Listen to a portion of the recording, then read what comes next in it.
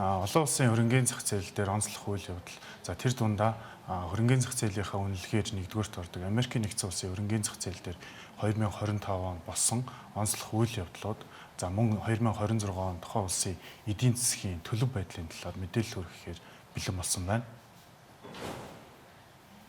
За 2026 оны хувьд бол 2025 оны хувьд бол нэлээд онцлог олон үйл явдлууд давтсан жил байлаа. 2024 оны 12 дугаар сард Америкийн нэгдсэн улсын ерөнхийлөгчийн сонгуул өндөрлөөд за Дональд Трамп ерөнхийлөгч маань 2025 оны 1 сараас үүрэгт ажилдаа албан ёсоор орсон байгаа. За үүрэгт ажлаа хүлээж авсан тэр даруйдаа ерөнхийдөө бусад улсуудтай хийж байгаа худалдааны хэлэлцээрээ дахин шинжлэх шаардлагатай гэдэг мэдээллүүдийг удаа дараа гаргасан.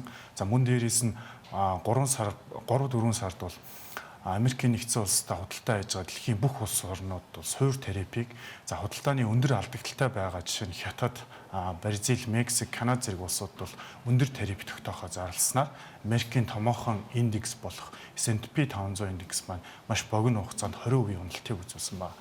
За үүний дараагаар юу болсон бэ гэхээр Америкийн нэгдсэн улсын зүгээс бусад улс орнууд тарифын хэлэлцээр их хугацааг сунгаж байгаагаа мэдгдсэн. За энэ хүү чартан дээр харагдж байгаачлан маш богино хугацаанд эргээд S&P 500 индекс маань өсөлтийг үзүүлсэн байгаа. За сүүлийн саруудад бол Америкийн засгийн газрын үйл ажиллагаа хамгийн урт хугацаагаар буюу 43 хоногийн хугацаатайгаар үйл ажиллагаагаа зогссон. За түүнтэй холбоотойгоор эдийн засгийн тоо мэдээллүүд гарсангүй. Мөн дээрээс нь 10 дугаар сарын дунд үеэс эхлэн технологийн томоохон компаниуд тайлангаа гаргалаа. Эдгээр үзүүлэлтүүд дээр үндэслээд Америкийн томоохон хөрөнгөний зах зээлийн индекс маань сүүлийн сарууд бол өсөлттэй арилжаалагдлаа. Гэхдээ 2025 он гарснаар S&P 500 индекс маань ойролцоогоор 14-өөс 15% өсөлтийг үзүүлсэн бол 2025 оны 4 сараас хойшоо нийтдээ 40 орчим хувийн өсөлтийг үзүүлсэн онцлог жил болж өнгөрлөө. 2025 оны үед Америкийн холбооны нөөцийн сангаас мөнгөний бодлогыг сар дараалан бууруулсан онцлог жил болсон. 22-оос 23 оны үед бол огцом өсөгцөн байсан бодлогын их хүүгээ айжмаар бууруулад за 25 оны 9-10 сард бол дараалал 25 оны гэжээр бууруулсан. За ингэснээр зах зээлд бол зөөлөн мөнгөний бодлого одоо төв банкны зүгээс хэрэгжүүлэх боломжтой гэж үзсэн. За мөн дээрээс нь Америкийн засгийн газраас хэрэгжүүлж буй бусад улс орнуудтай тогтоосон тарифын нөлөөнөөс богино хугацаанд үүсэх инфляцийн дата мэдээллүүд бол сүүлийн сарууд бол өсөлттэй байгаа. За төв банкны зүгээс зорж байгаа инфляцийн тоо мэдээлэл инфляцийн зорилт түвшин бол 2% түвшинд гэж хэлсэн бол тарифтай холбоотойгоор зарласан шийдвэрээс болоод 5-6 сард бол инфляц буцаад өсөх хандлагатай болсон. За мөн дээрээс нь Трампын цагаачлалтай холбоотой бодлогуудын үндсэн дээр ажилгүйдлийн түвшин бол эргээд сэргэх одоо нөхцөл байдал бол ажиглагдж байна. За хамгийн сүүлийн үеийн мэдээллийг аваад үзэхэд бол 12 сарын 10-нд холбооны нөөцийн сан буюу Төв банк маань бодлогын хүүгээ 25 нэгжээр бууруулад 3.5 төвшөнд хүргэсэн байгаа.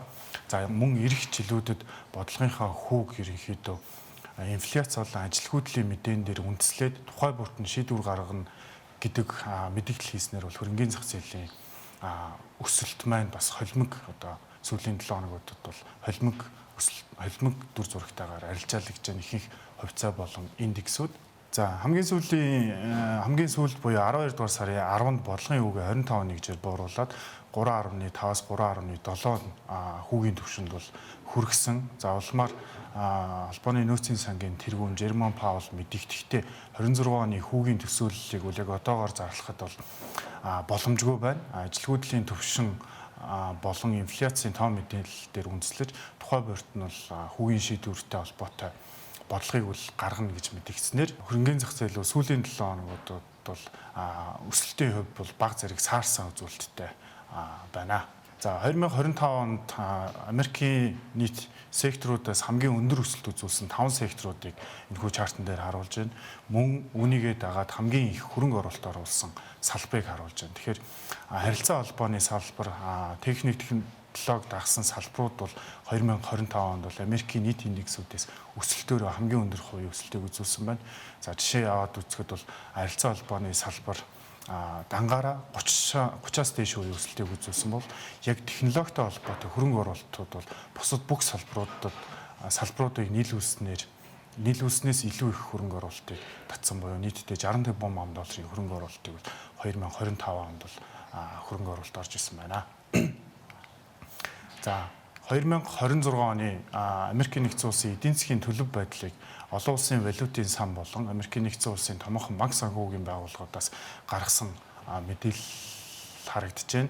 За олон улсын валютын сан бол эх жил болон эх 5 жилийн хугацаанд бол Америкийн эдийн засгийн дундаж өсөлтийг 1.9-өөс 2% орчим хувьд байхаар төлөвлөж байгаа бол бусад Америкийн санхүүгийн байгууллагуудын хувьд бол хамгийн өндөртөө 2.2% өсөлтийг үзүүлнэ гэж таамагласан байна. Гэхдээ Америкийн хувьд бол яг хөгжингүй орнуудын хувьд энэхүү өсөлт нь бол харьцангуй бас өндөр өсөлтөнд орохоор жишээ нь Европын холбоо тэр дундаа Герман улсын хувьд бол эх жилүүдийн өсөлт бол нэлээд бага хэмжээгээр буурсан дүр зураг ажиглаж байгаа. Сүүлийн үйлдвэрлэлүүдийн тайланг дата мэдээллүүдийг аваад үзэхэд бол Европын холбооны улсууд Герман улсын хувьд бол эдийн засгийн өсөлт үзүүлээгүй дүр зурагтай байгаа. Тэгэхээр яг хөгжингүй орнууд дундаа бол Америкийн хөрөнгөний зах зээл бол нэлээд дажгүй дүр зурагтай. За мөн дээрээс нь 2026 онд бас аль салбарт хамгийн их хөрөнгө оруулалт хийгдэхээр хүлээгдэж байгаа гэдэг дээр эрүүл мэндийн салбар бол технологиос давсан хөрөнгө оруулалтыг бол татахаар хүлээгдэж байна.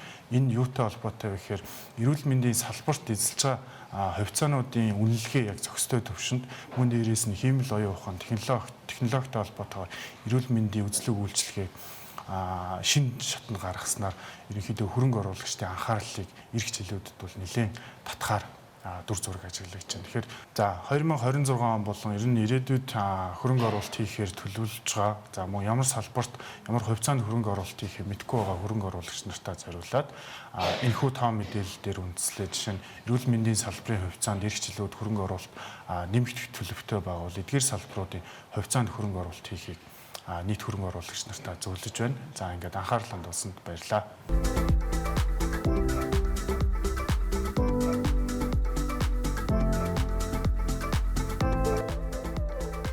CNBC хөрөнгөний зах зээлийн буланг Apex Capital-ын хамт үргэж байна.